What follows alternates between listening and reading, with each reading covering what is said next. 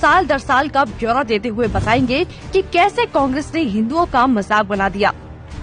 1950 में आया आर्टिकल 25। कांग्रेस 1950 में आर्टिकल 25 को लेकर आई, जिससे धर्म परिवर्तन को मान्यता दे दी गई। और सबसे ज्यादा किसका धर्म परिवर्तन हुआ ये सब जानते हैं, लेकिन ये तो सिर्फ शुरुआत थी। नेहरू 1950 में आर्टिकल 28 लेकर आए और हिंदुओं से धार्मिक शिक्षा का हक छीन लिया। लेकिन आर्टिकल 30 के तहत अल्पसंख्यक अपनी धार्मिक शिक्षा दे सकते हैं। धार्मिक शिक्षा के बाद निशाने पर थी धार्मिक संस्थाएं। 1951 में HRCE एक्ट, 1951 में Hindu religious and charitable endowment act लेकर आए।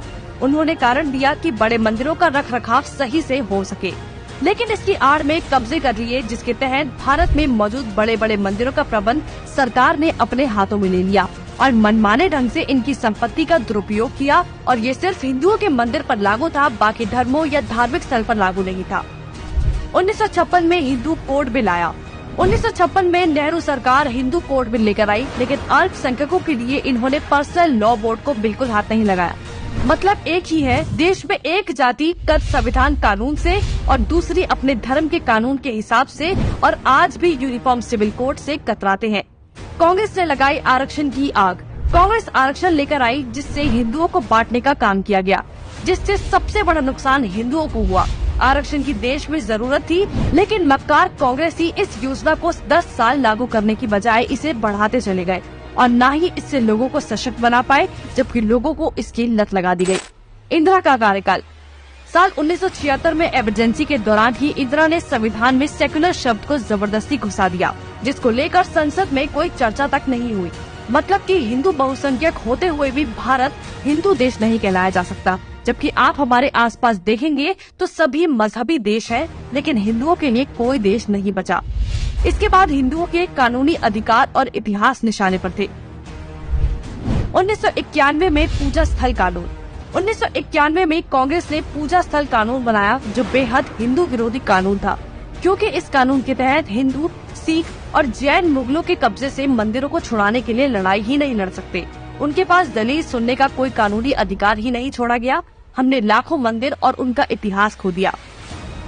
1992 माइनॉरिटी कमीशन एक्ट। कांग्रेस ने अल्पसंख्यक आयोग अधिनियम बनाने के बाद अल्पसंख्यक आयोग बना दिया।